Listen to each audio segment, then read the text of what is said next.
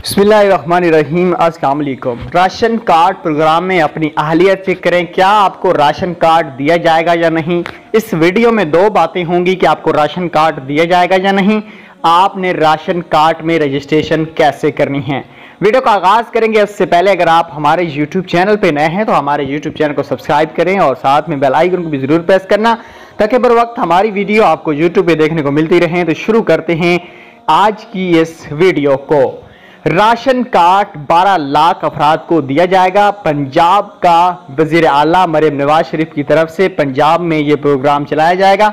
1 जुलाई से ration card दिए जाएंगे। हर राशन कार्ड जिसको अफराद को मिलेगा वो रजिस्टर्ड किराना स्टोर या BISP के agent, BOP agent, Alfalah agent, HBL agent के पास जाके बायोमेट्रिक तरीके से अपनी पेमेंट भी वसूल कर सकता है। और किराना स्टोर पे जो जाएंगे उनको 3000 रुपए का हर माह का राशन भी दिया जाएगा। तो उसके अलावा अब राशन कार्ड में वो अफराद शामिल किए जाएंगे जिनका PSCR सर्वे हो चुका है और जिनको निगहबान का 10,000 रुपए मिला था।